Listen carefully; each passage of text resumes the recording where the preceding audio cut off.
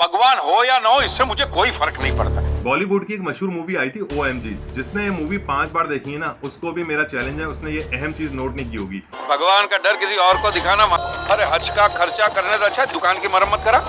ये एक नास्तिक का मतलब इग्नोस्टिक, किसी भी खुदा को नहीं मानता, उसका किरदार अदा किया है पारिश रावल ने। 10 रुपए के गिलास, हाँ, ठीक है।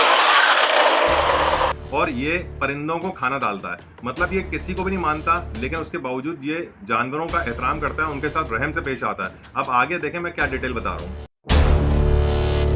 सन 2008 की बात है, मैं ब्लू EXI सिविक रिवर्स कर रहा था, ये बिल्ली का बच्चा कुचल गया। ये लाइल्मी में हुआ, अनजाने में हुआ, लेकिन वो चीख जो है ना बिल्ली के बच्चे की, आज तक मेरे दिल में है, मुझे तकलीफ देती है।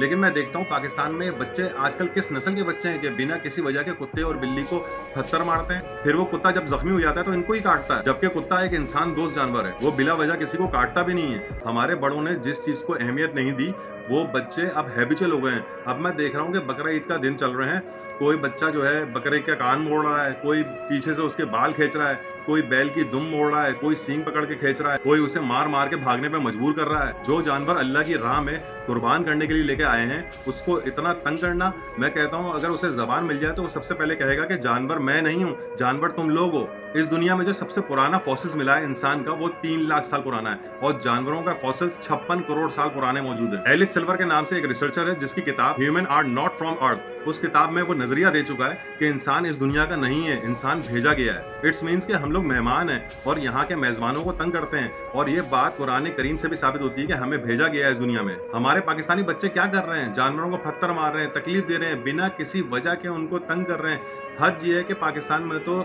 चिड़ियाघरों में भी जानवरों को कुदरती माहौल नहीं दिया जाता। 1284 की जर्मन की एक मशहूर कहानी है जिसमें एक छोटे से शहर में चूहों की भरमार हो जाती है। तो पाइट पाइपर के नाम से वो कहानी है, जो आप लोगों ने सुनी होगी।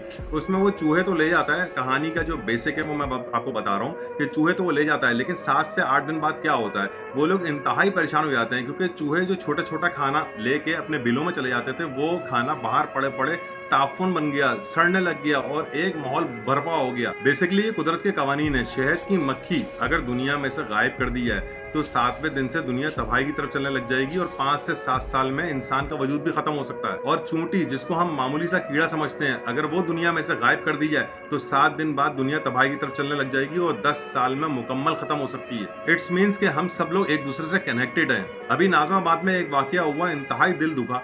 बैल को बच्चे पागलों की तरह भगा रहे थे, खुद जानवर बन गए थे उस जानवर को भगाने में। जानवर ने घबरा के ब्रिज के ऊपर से जंप मार ली और गिर के अधमरा हो गया। एक छोटा सा पैगाम ये है कि हम सुन्नत इब्राहिम के लिए जिस जानवर को लेके आते हैं, उसके साथ हम सुन्नत नबी वाला जो एहकाम है वो क्यों भूल जाते हैं, जो नबी करीम सल्लल्लाहु अलैहि वसल्लम हमारे जानवरों के साथ भी मोहब्बत और रहम फरमाते थे, हम ये क्यों भूल जाते हैं। वीडियो अगर दिल को लगी हो तो शेयर कीजिएगा और चैनल को फॉलो कीजिएगा। अस्सलाम वालेकुम।